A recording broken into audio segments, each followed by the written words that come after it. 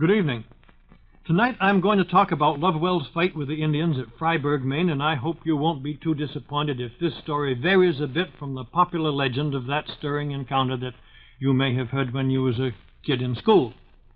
In order that the youngsters may know what Captain Lovewell was up against in the winter and spring of 1725, here's the setup. With the exception of a few scattered clusters of log cabins close to convenient rivers or along the seacoast, all of New England was then a howling wilderness. You could tramp for 100 miles and not find a single friendly habitation. That's how wild it was.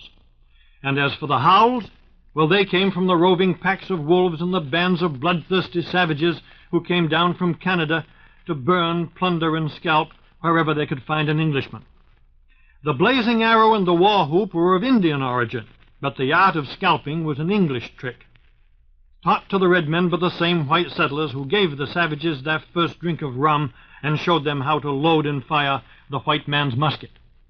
Some historians claim all danger from Indian tribes ceased at the end of King Philip's War in 1675.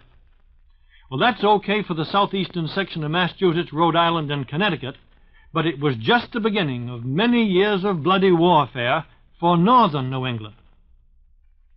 The first outbreak after King Philip's War was at Yarmouth, Maine, then part of Massachusetts. Then Pemaquid was attacked and taken, Salmon Falls fell, and by the time 1691 rolled around, only 4 little settlements of white folks remained in that section. They were at York, Kittery, Wells, and on Appledore Island. Up in Canada, meanwhile, the French were getting stronger every day, and they had no difficulty in turning the Indians against the English settlers down here in New England. No large army of redskins was ever organized, just small roving bands which snuck up to send blazing arrows into the thatched roofs or hurled hatchets at the head of any settler foolish enough to leave the stockade without his musket. With no means of communication, it was impossible in those times to know just what was going on in the backwoods. But all of a sudden it became alarmingly apparent to the authorities in Boston that the savages were gaining ground, because every day brought delayed news of Indian atrocities like these. Reverend Joseph Willard and Deacon Stevens and his 4 sons shot and killed while haying. Aaron Rollins and his little boy butchered in bed. John Hanson the Quaker and his 4 children clubbed to death and the family taken to Canada as prisoners. And so it went, from Haverhill to Deerfield, from Dunstable to Dover. But when George Chesley and Elizabeth Burnham were murdered and scalped on their way to church, one patriotic citizen of Dunstable, Massachusetts, decided to do something about all this. He was John Lovewell, Jr., 33, married, and the father of 3 small children. He rounded up men from Andover, Dunstable, Groton, and Lowell, where the savages had been brutally active, and formed a company of Massachusetts Rangers. And in the middle of February 1725, they set out on foot through the winter wilderness to avenge the unwarranted savage atrocities. After a hard march of 75 miles, they came upon snowshoe tracks that led to an Indian camp on the shore of a pond in Wakefield, New Hampshire. Hiding among the trees, Lovewell ordered his men to roll up in their blankets and get some much-needed rest, but he posted a guard and told him to wake them up before dawn. And to his shivering rangers, Lovewell whispered, "We're going to attack in a few minutes. I want 5 of you to pick your men and fire at my signal. When the other varmints start running, 5 more you fire, and keep it up in groups of 5. Then turning to the chaplain, he said, 'Now, sir, you may lead us in prayer.' And there under the snow-covered trees, in the bitter cold and darkness, the little band of rangers knelt and prayed. A few moments later, the stillness of the forest and the pond was shattered by musket fire. 5 Indians lay dead in the snow. Another blast and 5 more fell. That was all there was to it. 10 shots, 10 redskins, 10 scalps. While his men were stretching the scalps onto willow hoops, Captain Lovewell inspected the Indian camp. He found a dozen new guns, many blankets, and 30 pairs of snowshoes. Lovewell marched his men down to Dover. They had a good rest, and then they boarded a sloop, and a week later they arrived in Boston and were paraded through the streets like conquering heroes, with the Indian scalps that they'd taken held high on poles, and they were paid for those gruesome trophies 1,000 pounds from the provincial treasury. You see, things had got so bad the General Court of Massachusetts was offering a reward of £100 for every Indian scalp brought in. And here was Captain John Lovewell with 10 of them. Now, some writers who like to kick this story around suggest it was the reward that Lovewell was after. But I don't think so. I looked up the value of the English pound back in 1725, and it wasn't $5 as it was later, but only $1.36. And of course he had to divvy with the other men. However, they did have $1,300 amongst them, and in those times that was a fortune. If it had been just the money he was after, Lovewell could easily have staged other raids that winter and cleaned up. But he had higher motives, I'm sure, and here's why I think so.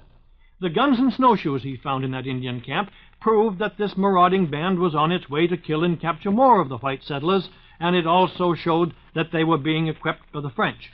So Lovewell returned to Dunstable and organized an even stronger company of Rangers and made plans to attack and destroy the headquarters of the dreaded Secaucus tribe at Pigwacket.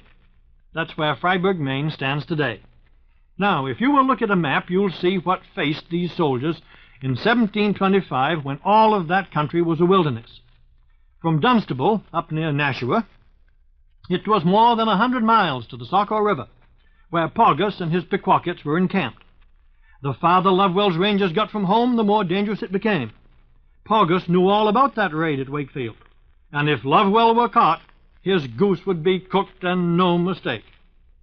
The Rangers left Dunstable on the morning of April the 16th, followed the course of the Merrimack cautiously, but at Kentucket they had to stop and send a couple of their men back. They'd been wounded and they couldn't take it. Then they all halted at Ossipee and built a rough lean-to, which they could retreat to if things got too hot for them. They unloaded their heavy stuff so they could travel with light packs, and Lovewell ordered his surgeon and 8 other men to stay there at that little place in Ossipee and guard the supplies. Then, with the remaining 34, he struck off through the woods in single file for Fryeburg. They reached the Saco River on May the 7th, and every step after that had to be taken with the greatest caution. The slightest snap of a twig, a cough, even the rustle of the grass, might mean sudden death. Reaching the shore of Saco Pond, it's now called Lovewell's, they camped among the thick trees, and all that night they could hear the Indians yelling and the dogs barking. When dawn broke, Jonathan Fry, the youthful chaplain, just out of Harvard, led them in prayer.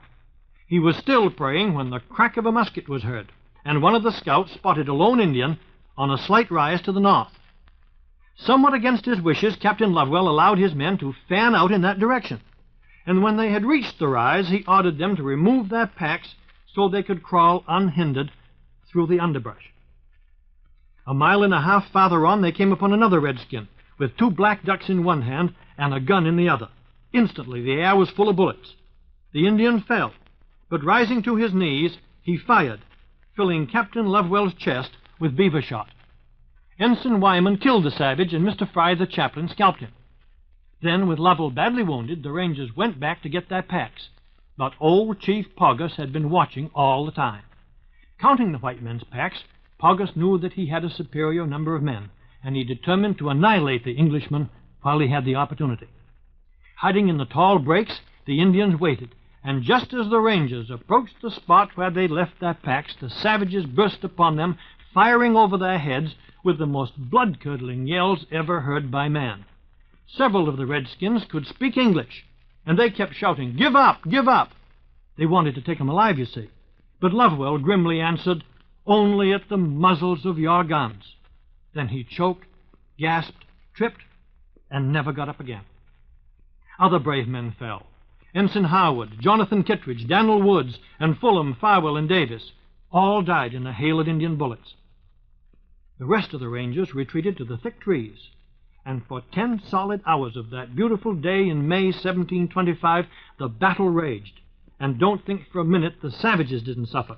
At least 49 of them bit the dust. As the day wore on and the shadows deepened, the Rangers moved from tree to tree and rock to rock toward the shore of the pond, where a big ledge offered protection. And now we come to one of the most controversial occurrences ever recorded by local poets and historians. It has been claimed that one of Lovewell's men, named John Chamberlain from Groton, went down to the shore of the pond to clean his gun and found the Indian leader Paugus doing the same thing. You've heard the story hundreds of times. Each man knew, so the legend goes, that whoever dried his gun first and fired could kill the other. But Chamberlain had rigged his gun so it could be primed by tunking. And canting it quickly, he primed it by tunking on the ground. They seemed to fire, so the story goes, at the same instant. And we've been told that Porger's shot tore a swath through Chamberlain's thick hair. But Chamberlain's bullet had found its mark in the savage heart. And a few minutes later, Porgus, the chief of the pickpockets, had gone to the happy hunting grounds. Now, that's just a brief summary of the story as it's been told for, lo, these many, many years. But one historical writer, Mr. Francis Parkman, says it was Ensign Seth Wyman who killed Porgus. And I have in my possession a letter dated South Sharon, Massachusetts, March the 1st, 1890, which reads as follows. Dear Nephew George, I thought perhaps you'd like something to put in your scrapbook about your relatives. So I'm sending a clipping from an old war book about your great-great-grandfather, Seth Wyman, the real hero of Lovewell's fight. When he came upon Porgus and the sachem threatened to shoot him, your grandfather said, "No, you won't," and he shot him dead before he could tell another lie. That letter is signed Aunt Lavinia Wyman and was sent in 1890 to her nephew, Mr. George Shepard of northeastern Massachusetts, who loaned it to me. Also, in Hubert V. Coriel's fine boys' book about Lovewell's fight entitled The Scalp Hunters, the author states that after months of research he could find no evidence that any duel between Porgus and Chamberlain ever took place. And he further states that the late Fanny Hardy Ekstrom discounted it entirely. But if it wasn't Chamberlain who killed Porgus, what was Porgus' son doing up in Groton years later, taking pot shots at old man Chamberlain at his mill? They'll tell you up there the redskin was seeking revenge, and there's even a Porgus pool up in Groton, where the Indian fell when Chamberlain plugged him. And yet the cold, unvarnished official records have nothing to say about either incident. Oh, I know you'll find this story in many a book and in some town histories. And don't think for a minute that I pretend to know what's what, because I don't, and I hate to spoil a good story. But if I should have to make a choice between these two legends about Lovewell's famous fight, I'd pick Francis Parkman and Fanny Hardy Ekstrom as my authorities. Now then, if any of you folks know of any official records about this famous Indian episode, I'd appreciate hearing from you.